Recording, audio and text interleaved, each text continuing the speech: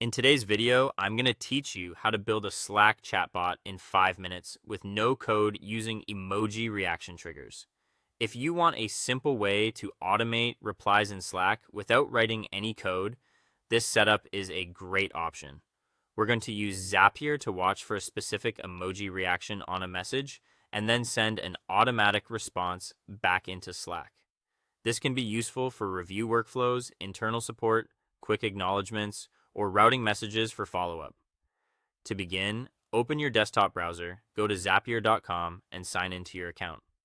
Once you're on your dashboard, look to the upper left corner and click the orange Create Zap button. That opens a fresh automation canvas where we'll build everything. In the first trigger section, click into the trigger box, search for Slack, and choose the official Slack integration. After that, open the event dropdown and select New Reaction Added. This tells Zapier to listen for a specific emoji reaction being added to messages in your Slack workspace.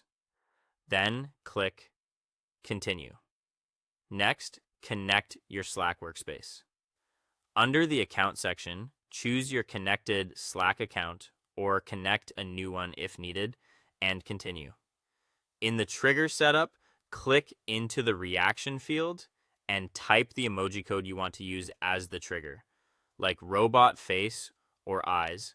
Then go to the channel field. You can leave it blank if you want this bot to listen across all public channels, or choose one specific channel if you want to limit where it works.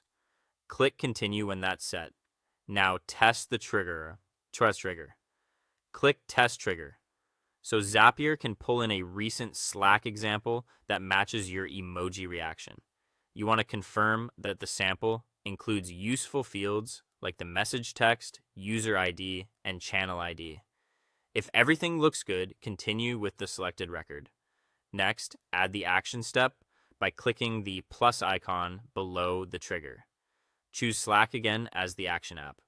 For the event, select Send Channel Message or choose Send Reply to Thread if you want the response to stay neatly inside the original conversation.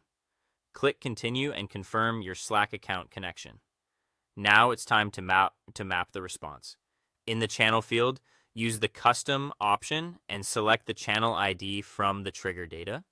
This makes sure the bot replies in the same place where the emoji was used. In the message text field, type your automated response and, if you want, insert dynamic values like the user ID and the original message text. In the thread field, select the message tease value so the bot replies in the same thread and avoids cluttering the channel. After that, continue, run a final test to make sure the message appears correctly in Slack, and then click publish. Your no-code emoji-triggered Slack chatbot is now live and ready to automate your workflow. That is all. Thank you for watching, and I'll see you in the next one.